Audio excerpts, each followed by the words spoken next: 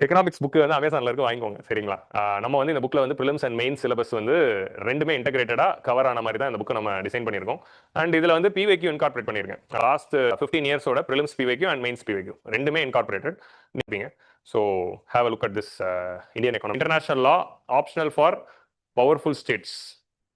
சசி தரூர் ரொம்ப நாள் கழிச்சு, சசி தரூர் ரொம்ப நாள் கழிச்சுலாம் இல்லை, வாரம் வாரம் எழுதுறாரு. அவர் வந்து ரெஸ்ட்ல இருக்கார் போல. ஏன்னா அவர் எம்பி தான், பார்லிமெண்ட்டும் வேலை இல்லை பெருசா. ஸோ அப்போ வந்து சும்மா போயிட்டு உட்காந்துட்டு வரணும். ஸோ அப்போ ஆட்டோமேட்டிக்கலி ஆர்டிக்கல் நிறைய எழுதுறாரு டைம் வேஸ்ட் பண்ணாம. இவர் எப்படி ஆர்டிக்கல் எழுதுறாருன்னா, ஹிந்துக்கு ஒன்று, எக்ஸ்பிரஸ்க்கு ஒன்று, கொஞ்ச நாள் டைம் இருந்ததுன்னா நியூ இந்தியன் எக்ஸ்பிரஸ்க்கு ஒன்று, அந்த மாதிரி ஒரு வாரத்துல 3-4 எடிட்டோரியல் எழுதுறாரு. கூடவே என்ன பண்றாருன்னா, அவர் என்ன எடிட்டோரியல் எழுதினாரோ அதை வீடியோவா ரெக்கார்ட் பண்ணி வீடியோல எக்ஸ்பிளைன் பண்ணி அது சேனல்ல போட்டுக்கிறாரு.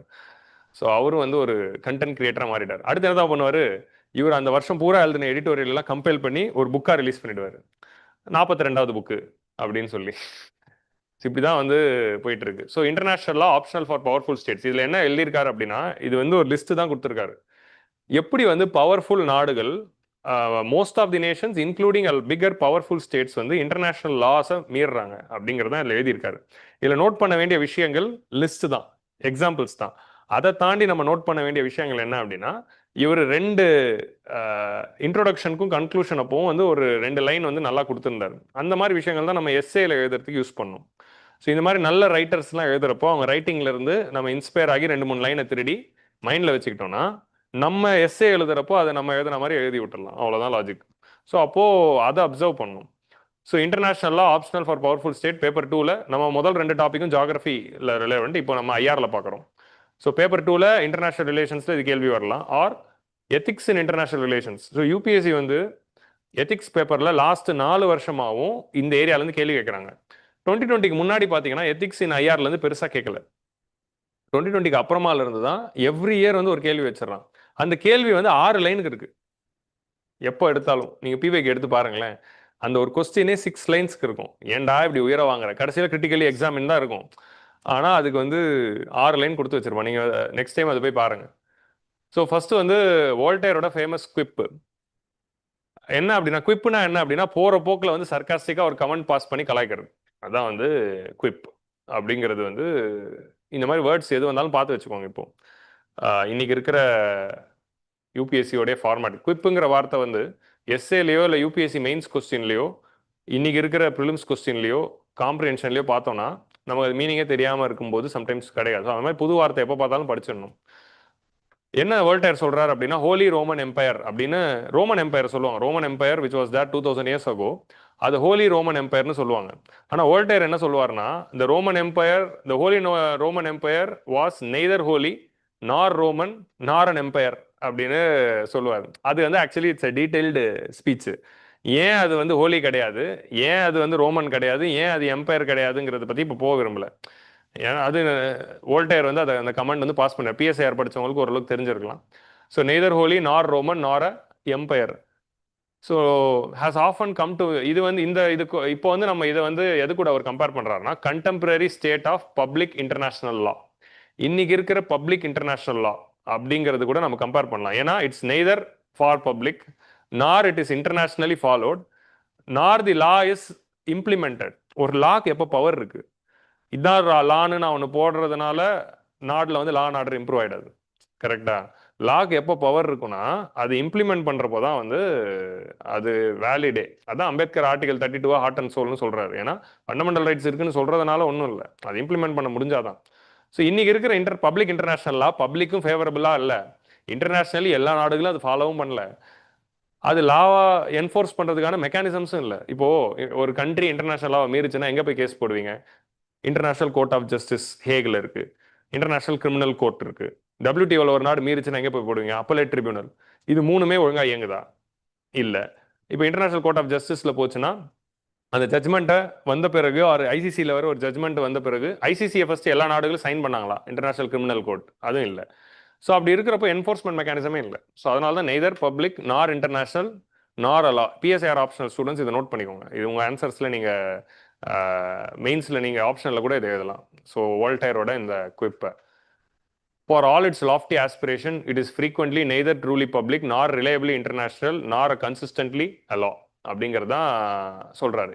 இப்போ எஸ்ஏவும் நம்ம இப்படி தான் எழுதணும். இந்த மாதிரி வந்து நீங்க படிச்ச ஒரு கோட் அவர் படிக்கிறாரு வால்டேரோடது, அது கூட அவர் கண்டெம்பரரியா கவனிக்கிற ஒரு விஷயத்தோட கம்பேர் பண்ணி ஒன்று சொல்றாரு. ஸோ எஸ்ஏவோட அனெக்டோட்ஸ், இன்ட்ரோடக்ஷன், பாடி, அங்கெல்லாம் இந்த மாதிரி ஏதோ ஒன்று எழுதும்போது அதை வந்து நம்ம வந்து அண்டர்லைன் பண்ணி காட்டணும். இங்கே பாரு, நான் இந்த மாதிரி ட்ராமா பண்ணியிருக்கேன் அப்படிங்கிறத you have to show. So அதனால இந்த மாதிரியான பேட்டர்ன்லாம் நோட் பண்ணி உள்வாங்கிக்கோங்க. இந்த மாதிரி நம்ம நிறைய எடிட்டோரியல்ஸில் டிஸ்கஸ் பண்ணியிருக்கோம் நல்ல ரைட்டிங்ஸ் எல்லாம். So violations of rule based international order. Rule based international ஆர்டர்னா என்ன அப்படிங்கிற இந்த வேர்டை ஃபர்ஸ்ட் புரிஞ்சுக்கணும். It's very important keyword in IR. World வந்து லா வர்றதுக்கு முன்னாடி என்னவா இருந்ததுன்னா அனார்கி அண்ட் கேஸ் தான். அனார்கினா என்னதுன்னா லானஸ்னஸ், அதாவது நார்மல்சியை கொண்டு வரதுக்கு யாரும் இல்லாத டைம்ல, ரூலர்ஸ் யாரும் இல்லாத டைம்ல எல்லாரும் என்ன வேணா பண்ணிக்கலாம். அதான் அனார்கி. அனார்கியில ரூலர்ஸ் இருக்க மாட்டாங்க, ஸ்டேட் இருக்காது, யார் வேணா என்ன வேணா பண்ணிக்கலாங்கிற போது டோட்டல் கேஸ்ல போய் முடியும். இன்டர்நேஷனல் ரிலேஷன்ஸ்ல ஒரு கண்ட்ரிக்குள்ள அந்த மக்கள் என்னென்னலாம் ஃபாலோ பண்ணணுங்கிறதுக்கு லா வருது. ஆனா எல்லா கண்ட்ரிஸும் வாழ்ற இந்த உலகத்துல ஒவ்வொரு கண்ட்ரியும் தன்னோட இன்டர்நேஷனல் ரிலேஷன்ஸ்ல அவங்கள கவர்ன் பண்றதுக்கு ஒரு லா இல்லைன்னா அது டோட்டலா அனார்கிக்கா மாறிடும். அப்போ அனார்கிக் கயாட்டிக்கா இருந்த குளோபல் ஆர்டரை கயாஸையும் இன்ஸ்டெபிலிட்டியும் குறைக்கிறதுக்காக தான் நம்ம என்ன பண்ணணும், ரூல் பேஸ்டு இன்டர்நேஷனல் ஆர்டரை உருவாக்கணும். என்னதுன்னா நம்ம எல்லா நாடுகளுக்கும் ஒரு ரூல்ஸை நம்ம ஃபாலோ பண்ணிக்கலாம். ஸோ எல்லா நாடுகளும் ஒன்று சேர்ந்து அவங்க வந்து சோஷியல் லிபரலிசம் அப்படின்னு நம்ம இன்ஸ்டிடியூஷனல் லிபரலிசம் அப்படின்னு சொல்லுவோம் ஐஆர்ல. இன்ஸ்டிடியூஷனல் லிபரலிசம்னா என்ன அப்படின்னா எல்லா நாடுகளும் ஒன்று சேர்ந்து ஒரு இன்ஸ்டிடியூஷனை உருவாக்கி அந்த இன்ஸ்டிடியூஷனை சார்ந்த ஒரு லாவை கிரியேட் பண்ணி அந்த லா படி நம்ம எல்லாரும் ஃபாலோ பண்ணிக்கலாம், ஃபாலோ பண்ணால் ஆர்டர் வரும் அப்படின்னு சொல்லி ஒரு லா போட்டாங்க. நம்ம நாட்டு மக்கள்லாம் சேர்ந்து நமக்குன்னு ஒரு கான்ஸ்டியூஷன் உருவாக்கிட்ட மாதிரி நாடுகள் எல்லாம் ஒன்று சேர்ந்து ஒரு இன்டர்நேஷனல் ஆர்கனைசேஷன் உருவாக்கி அது கீழே ஒரு லாவை உருவாக்குறாங்க. யுனைடெட் நேஷன்ஸ், WTO அந்த மாதிரி. ஸோ எல்லாத்துக்கீழேயும் ஒரு லா இருக்கு, ட்ரீட்டி இருக்கு. ஸோ இந்த ட்ரீட்டியை பேஸ் பண்ணி தான் நம்ம எல்லாம் நடக்க போறோம் அப்படிங்கிறது தான் rule based international order. So அப்போ ரூல்ஸை கிரியேட் பண்றாங்க. இந்த ரூல்ஸ் இம்ப்ளிமெண்ட் ஆகணும்னா என்ன தேவை, எல்லாருமே வந்து அதை ஃபாலோ பண்ணணும் அப்படிங்கிற இன்டென்ஷன் அவங்கள்ட்ட இருக்கணும். இது ஃபர்ஸ்ட் தேவை. ஸோ அப்போ எல்லாம் வாலண்டரி தான். இப்போ யூஎன் வந்து யாருக்கும் ஆர்டர் போட முடியாது, நீ பண்ணி தான் ஆகணும். ஸோ எல்லாம் வாலண்டரியா போய் முடிஞ்சது. அப்போ அந்த கண்ட்ரி கிட்ட ஒரு ஆர்டிகல் 51 இருக்கணும், அவங்களோட ஐடியாலஜிலேயே இன்டர்நேஷனல் ட்ரீட்டியை ஃபாலோ பண்ணணும் அப்படிங்கிறது. ரெண்டாவது வந்து இந்த லா மீறப்பட்டுச்சுன்னா இவன் மீறிட்டான்னு அவன் மேலே கம்ப்ளைண்ட் பண்ணுறதுக்கு ஒரு அத்தாரிட்டி இருக்கணும். So international court of justice அந்த மாதிரி ஒரு global arbitration tribunals, permanent court of arbitration, PCA or ICJ, இந்த மாதிரியான ஆர்கனைசேஷன்ஸ் இருக்கணும், courts where they can enforce it. இது இருந்தால் தான் இது நடக்கும். ஸோ அப்போது ஒரு இன்டர்நேஷனல் லா நம்ம 75 ஆண்டுகளில் ஏகப்பட்டது உருவாக்கிட்டோம். இப்போ 80th இயர் ஆஃப் யூஎன்ல இருக்கும். ஆனால் இதெல்லாம் இப்போ எதுவுமே ஃபாலோ பண்ணப்படுறது இல்லை.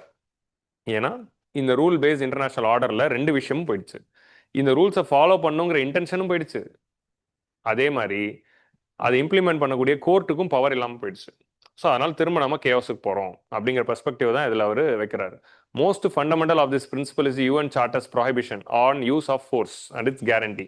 அக்கார்டிங் டு யூஎன் சார்ட்டர் எப்போ வந்து ஒரு நாடு வந்து ஃபோர்ஸை யூஸ் பண்ணலாம், மிலிட்ரி ஆக்ஷன் பண்ணலாம் அப்படின்னா செல்ஃப் டிஃபென்ஸுக்கு தான் பண்ணலாம். So when you are attacked you can use your army for self defence தான். No nation can attack another nation. யூஎனோட சார்ட்டர்ல முதல் இதுவே no country must attack any other country. எப்போ நீங்க ஆர்ம்ஸை யூஸ் பண்ணலாம்னா செல்ஃப் டிஃபென்ஸ்க்கு தான். அதனால தான் இதுக்கு டிஃபென்ஸ் மினிஸ்ட்ரி அப்படின்னு பேர் வச்சாங்க. உங்களுக்கு புரியுதா ஏன் டிஃபென்ஸ் மினிஸ்ட்ரின்னு பேர் வச்சாங்கன்னு இருக்கு. அதை ஒருத்தர் வந்து இது கூட புரியாம டிபார்ட்மெண்ட் ஆஃப் வார்னு பேரை மாத்துறான். உங்களுக்கு புரியுதா, அதெல்லாம் படிச்சிருக்கணும், பாலிடிக்ஸ்லாம் படிச்சு அரசியல்லாம் தெரிஞ்சு அரசியல்வாதியானா தெரியும். நீங்க வந்து சரி விடுங்க, அவர் என்ன தொழில் பண்ணாருன்னு தேவையில்லை. அரசியல்லாம் என்னன்னே தெரியாம நீங்க பிரசிடென்ட் ஆஃப் USA ஆனா உனக்கு எங்கேருந்து தெரிய போகுது. டொனால்ட் ட்ரம்ப் தான் சொல்றேன், வந்ததுல இருந்து யூஸ் பண்ணவே இல்லை அவரை. சரி, அதுதான் டிபார்ட்மெண்ட் ஆஃப் டிஃபென்ஸை டிபார்ட்மெண்ட் ஆஃப் வார்னு பேர் மாத்துறாங்க. அமெரிக்காலாம் டிஃபென்ஸ் பண்ணாது, நாங்க வார் தான் பண்ணுவோம் அப்படின்னு. யாரையா நீ? So the most fundamental of this principle is UN charter which prohibits the use of force. இப்போ என்ன ஆயிடுதுன்னா உங்களோட டெரிட்டோரியல் இன்டெகிரிட்டி மீறும் போதும், உங்களோட டெரிட்டரிக்குள்ள யாரோ ஒருத்தர் வரும்போதும், உங்க மேல ஒரு அட்டாக் நடக்கும் போது தான் நீங்க ஆர்ம்ஸை யூஸ் பண்ணணும்னு இருக்கு. அது இங்க மீறப்பட்டது. இப்போ எங்க மீறப்படுது? ரஷ்யா ஏன் உக்ரைன் அட்டாக் பண்ணுச்சு? உக்ரைன் ரஷ்யாவை அட்டாக் பண்ணுச்சா? இல்ல. ரஷ்யா போய் உக்ரைன் அட்டாக் பண்ணது யூஎன் சார்ட்டர் மீறுது. USA ஈரான் அட்டாக் பண்ணுச்சு, இஸ்ரேலே ஈரான் அட்டாக் பண்ணுச்சு. ஏன்னா இஸ்ரேலாவது ஈரான் அட்டாக் பண்றது ஒரு காரணம் இருக்கு. ஓகே, USA போய் ஈரான் அட்டாக் பண்ணுச்சு. உங்களுக்கு புரியுதா? ஸோ அப்போ யூஎஸ் போய் ஈரான் அட்டாக் பண்ணதும் ரஷ்யா போய் உக்ரைன்ல அட்டாக் பண்ணதும் எங்க செல்ஃப் டிஃபென்ஸ் இருக்கு? இவங்க அதுக்குன்னு ஒரு புது டெஃபினேஷன் கொடுப்பாங்க, ப்ரீஎம்டிவ் செல்ஃப் டிஃபென்ஸ். அவன் அட்டாக் பண்றதுக்கு முன்னாடியே நான் அவன் அட்டாக் பண்ணிட்டா அட்டாக் நடக்காது அப்படின்னு ஒரு புது இன்டர்பிரேஷன் தராங்க. அதை பத்தி எடிட்டோரியல்ல டிஸ்கஸ் பண்ணிருப்போம் ப்ரீவியஸ் இதில். So Russia's invasion of Ukraine in 2022 and US Israeli war on Iran stands as the starkest breaches of this UN charter. இது வந்து முதல் 2 examples. An unprovoked assault on a sovereign state justified through dubious claims. இப்போ Trump வந்து வெனிசுலாவை attack பண்ணதும் ஈரானுக்கு attack பண்ணதும் என்ன சொல்றாங்க? அவன் நியூக்ளியர் ஃபெசிலிட்டி இருக்குன்றான். நியூக்ளியர் ஃபெசிலிட்டி தான் நீ போன ஜூலை மாசத்தே அட்டாக் பண்ணி முடிச்சுட்டேன்னு சொன்னியே, இப்போ எதுக்கு போய் அட்டாக் பண்ற? இப்போ அயட்டோல்லா கமேனியை அசாசினேட் பண்றதுக்கு என்ன தேவை வந்துச்சு? ஸோ அதே மாதிரி வெனிசுலான் லீடரை அட்டாக் பண்றதுக்கு என்ன தேவை வந்துச்சு? ஸோ அதான் வந்து we have to understand. So the charter's core promise could be shredded when the powerful state chooses to do. So இந்த லைன் முக்கியம் இல்லை, என்னதுன்னா யுஎன் சார்ட்டரை யூஎஸும் ரஷ்யாவும் மீறிட்டாங்க. இந்த 2 எக்ஸாம்பிள் அவ்வளோதான். அதே மாதிரி இஸ்ரேல் எங்கே மீறி இருக்கு? Israel's repeated military operation in Gaza and Lebanon. இஸ்ரேலோட இந்த காசாலையும் லெபனன்லையும் பண்ணுற இந்த ஆப்ரேஷன்ஸ் வந்து it is totally genocidical. So ஜீனோசைடிக்கலாக சொல்கிறோம். எதனால் நம்ம ஜீனோசைடிக்கலாக சொல்கிறோன்னா, சிவிலியன் பாப்புலேஷனை தான் நிறைய வந்து டிஸ்ட்ராய் பண்ணியிருக்காங்க. ஸோ ஆர்ம்டு காம்பாட்டண்ட்டை நீங்கள் டிஃபீட் பண்ணீங்கன்னா அது வார். ஆர்ம் பண்ணாமல் இருக்கிற சிவிலியன் அட்டாக் பண்ணால் அதுக்கு பேர் ஜீனோசைடு. அதனால தான் நம்ம இலங்கையில் நடந்த ஜீனோசைடு அப்படிங்கிறதையும் நம்ம சொல்கிறோம். அது ஜீனோசைடுன்னு ரெகக்னைஸ் கூட பண்ணல, இலங்கையிலையும் பண்ணல, இப்போ காசாலையும் பண்ணல. உலக நாடுகள் வேடிக்கை தான் பார்க்குது. ஸோ அப்போ வந்து Israel's repeated military operation in Gaza and Lebanon including the large-scale bombardment causing extensive civilian casualties, have also drawn widespread allegations. So disproportionate use of force. So அப்போ என்ன ஆகுதுன்னா, இந்த குளோபல் ரோம் ஸ்டாச்சுவாக இருக்கட்டும், வியன்னா கன்வென்ஷனாக இருக்கட்டும், எல்லாமே இங்கே வந்து பிரேக் ஆகுது. ரோம் ஸ்டாச்சுவில் Vienna convention, Geneva convention and Vienna convention ரெண்டுமே வந்து இஸ்ரேலோட ஆக்ஷனில் பிரீச் ஆயிருக்கு. ஸோ ரெண்டாவது, ஃபர்ஸ்ட் யூஎன் சார்ட்டர் பார்த்தோம், அப்போ இந்த ஜீனோசைடில் பார்க்குறோம். மூணாவது எக்ஸாம்பிள் வந்து டர்க்கி. டர்க்கி வந்து நார்தன் சிரியாவில் குர்ட்ஸ் இருக்கிற ரீஜனில் இன்வைட் பண்ணி அந்த ரீஜனில் ஒரு சில இடத்த பிடிச்சிருக்கு. ஸோ சிரியாவோட நார்தன் ரீஜனில் தான் வந்து குர்டிஸ்தான் அப்படிங்கிற ஒரு நாடு வேணும்ட்டு குர்டு குரூப்ஸ் வந்து கேட்குறாங்க. இதெல்லாம் வந்து ப்ரிலிம்ஸில் கேட்கலாம். குர்டிஸ்தான் அப்படிங்கிற இந்த ரீஜன் வந்து எந்தெந்த கண்ட்ரிஸ் எல்லாம் கவர் பண்ணுது அப்படின்னு. எதெல்லாம் கவர் பண்ணுதுன்னா, சிரியாவை, டர்க்கியை, ஈராக் அண்ட் ஈரான், இந்த 4 ரீஜனுமே வந்து இந்த குர்ட்ஸ் ரீஜன் வந்து கவர் பண்ணும். ஸோ டர்க்கி வந்து they are entering into Syrian territory in order to attack this Kurds people. இந்த குர்ட்ஸுங்கிற பீப்புள் என்ன கேட்குறாங்கன்னா, டர்க்கில இருந்து கொஞ்சம் இடம், சிரியால இருந்து கொஞ்சம் இடம் எடுத்து குர்டிஸ்தான் தனி நாடை உருவாக்கிட்டாங்க அப்படின்னு கேட்குறாங்க. அதுக்கு டர்க்கி அந்த இடத்துல அட்டாக் பண்றாங்க. And they're invading the Syrian territory in the name of attacking Kurds. அது ஆர் வந்து நகர்னோ கர்பாக் அப்படிங்கிற ரீஜன்ல அர்மேனியா வந்து என்ன பண்ண, அசர்பைஜான் வந்து யூஸ் பண்ண ஃபோர்ஸ்.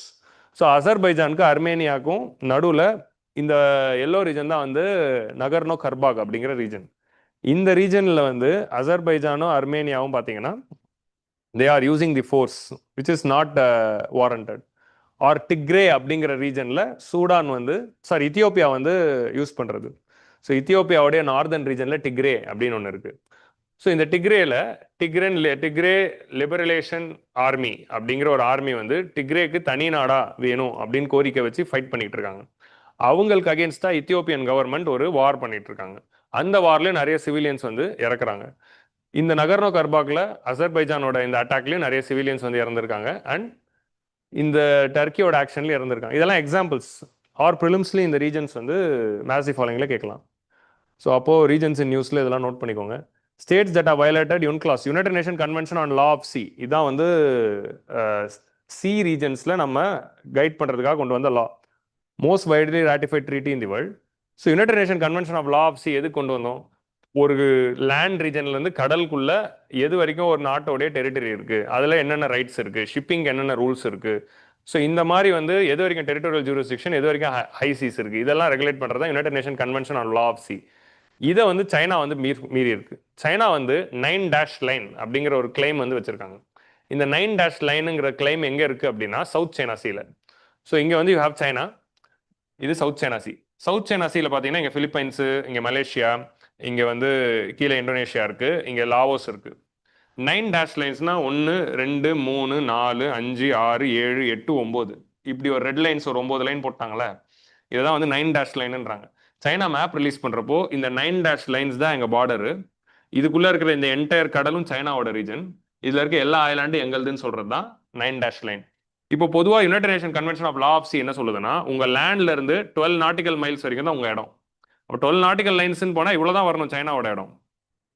இங்க லாவோஸ் வந்துருது, ஐயோ லாவோஸ் சாரி. ஸோ இவ்வளவுதான் வந்து சைனாவோட இடம் வரணும். உங்களுக்கு புரியுதா? ஸோ இங்க வந்து சாரி வியட்நாம் வருது. ஸோ இது வந்து வியட்நாமோட இடம். அப்போ இது வரைக்கும், அதாவது இங்க இருக்க வேண்டிய லைனை இது வரைக்கும் அவங்க வந்து போட்டு கிளைம் பண்றாங்க. இந்த ரீஜன் எல்லாமே எங்களுதுன்றாங்க. இதுக்குள்ளதான் என்னென்ன இருக்கு, இந்த ஐலாண்ட்ஸோட பேர்லாம் நோட் பண்ணிக்கோங்க. இது ஆல்ரெடி பிவைக்யூல கேட்டிருக்காங்க, திரும்பவும் கேட்கலாம். இந்த வந்து பிராட்டாஸ் ஐலாண்டா இருக்கட்டும், ஸ்கார்பரோ ஷால் ரீஜன்லையும் ஸ்பாட்லி ஐலாண்ட்ஸ், இந்த ஸ்பாட்லி ஐலாண்ட்ஸ் அண்ட் ஸ்கார்பரோ ஷால்ல பிலிப்பைன்ஸ்க்கும் சைனாக்கும் பிரச்சனை போயிட்டு இருக்கு. அதே மாதிரி வந்து பராசல் ஐலாண்ட்ஸ்ல வந்து வியட்நாமுக்கும் சைனாக்கும் வந்து பிரச்சனைகள் போயிட்டு இருக்கு. So Paracel islands, Spratly islands, James Shoal, Scarborough Shoal and Pratas islands, இது எல்லாமே வந்து சவுத் சைனா சீல இருக்கிற islands where China is disputing with the neighbouring countries. இப்போ இந்த ஃபோட்டோ வந்து நீங்கள் வீட்டுக்கு போய் பாருங்க, 9 லைன் போட்டாலே வரும் இந்த இமேஜ். இதில் இந்த ஐலாண்ட்ஸோட நார்த்து சவுத்தெல்லாம் பார்த்து வச்சுக்கோங்க.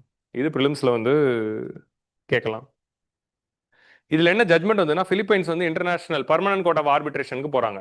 உன்கிளாஸில் வந்து இன்வர்டேஷனில் ஒரு இஷ்யூ இருக்குன்னா பர்மனன்ட் கோர்ட் ஆஃப் ஆர்பிட்ரேஷனில் கேஸ் போடலாம். இந்த பிசிஏல போட்ட கேஸில், பிலிப்பைன்ஸ் போட்ட கேஸில் என்னாச்சு, சைனாக்கு அகேன்ஸ்டாக ஜட்மெண்ட் வந்துச்சு. சைனா வந்து ஸ்பாட்லி ஐலாண்ட்ஸையும் பராசல் ஐலாண்ட்ஸ்லையும் ஆக்கிரமிக்க கூடாது அப்படின்னு ஜட்மெண்ட் வந்தது. ஜட்மெண்ட்டை நாங்கள் ஃபாலோ பண்ண மாட்டோம் அப்படின்ட்டு சைனா சொல்லிட்டான், அவ்வளோதான். ஸோ அப்போ இதுதான் வந்து அவங்க பண்ணுற வயலேஷன். இந்தியாவுக்கு இதே மாதிரி வந்து பங்களாதேஷ்குள்ள நடந்த மோரே ஐலாண்ட் அப்போ இஷ்யூ வரும்போது, அந்த ஐலாண்ட் பங்களாதேஷ்க்கு தான் சொந்தம், இந்தியா அதை விட்டுறணும்னு சொல்லும்போது நம்ம விட்டுட்டோம். ஸோ இதான் வந்து அதோடைய எக்ஸாம்பிள்ஸ். ஸோ புரிஞ்சிச்சா? இது ஒரு எக்ஸாம்பிள்ஸ்.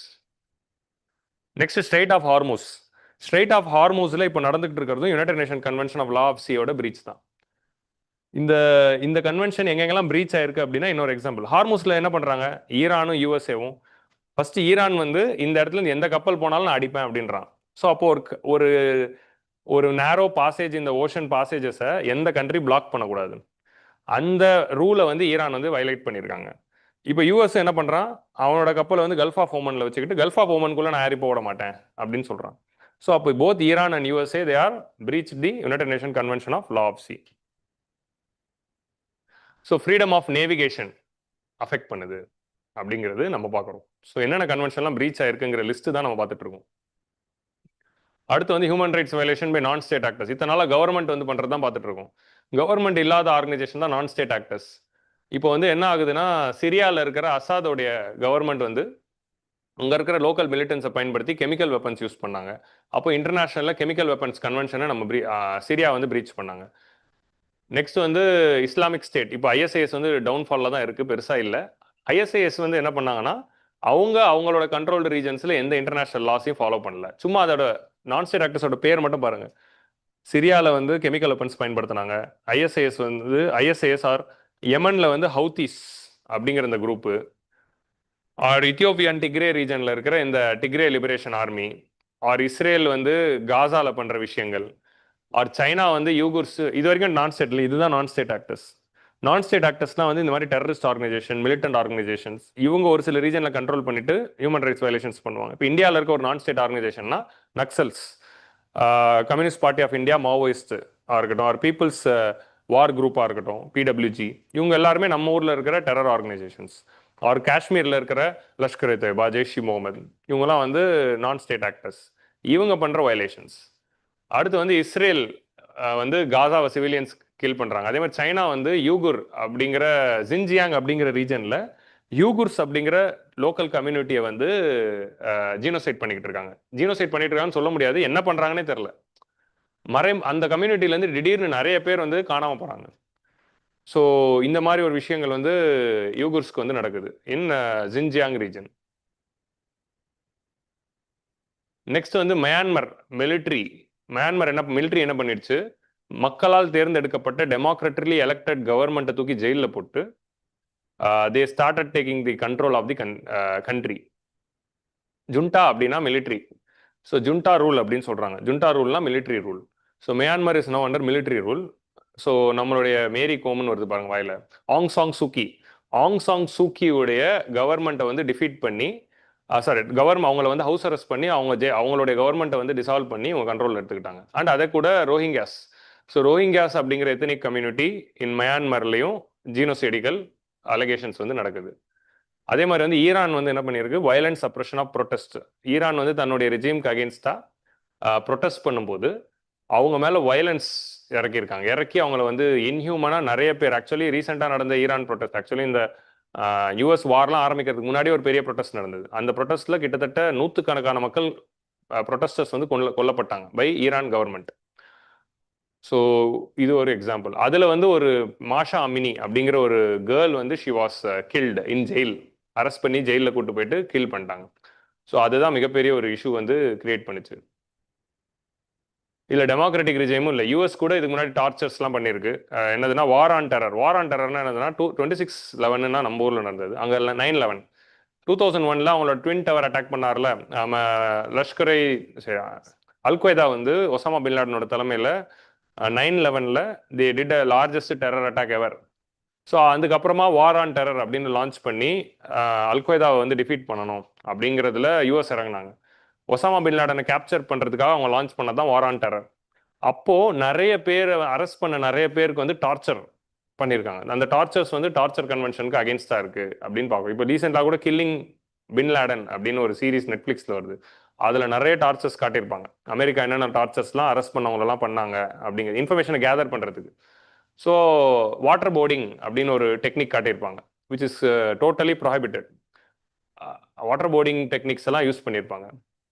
ரொம்ப கொடுமையானது அது. ஸோ நெக்ஸ்ட் வந்து ஆர்ம்ஸ் கண்ட்ரோல் ரிஜிம். அடுத்து வந்து எது பிரீச் ஆகுதுன்னா அவ்வளோ எக்ஸாம்பிள் கொடுத்துருக்காரு. ரீசெண்டாக வந்து எந்த நாடுகளும் வெப்பன்ஸை வந்து அக்யூமுலேட் பண்ணக்கூடாது, nuclear weapons military weapons accumulate பண்ணக்கூடாதுங்கிறதுக்காக வந்தது தான் intermediate range nuclear forces treaty, open skies treaty, new START treaty. இந்த 3 ட்ரீட்டி வந்து it came to the end. பிரீஃபாக சொல்லணும்னா intermediate range nuclear forces treaty வந்து யூஎஸும் ரஷ்யாவும் சைன் பண்ணது.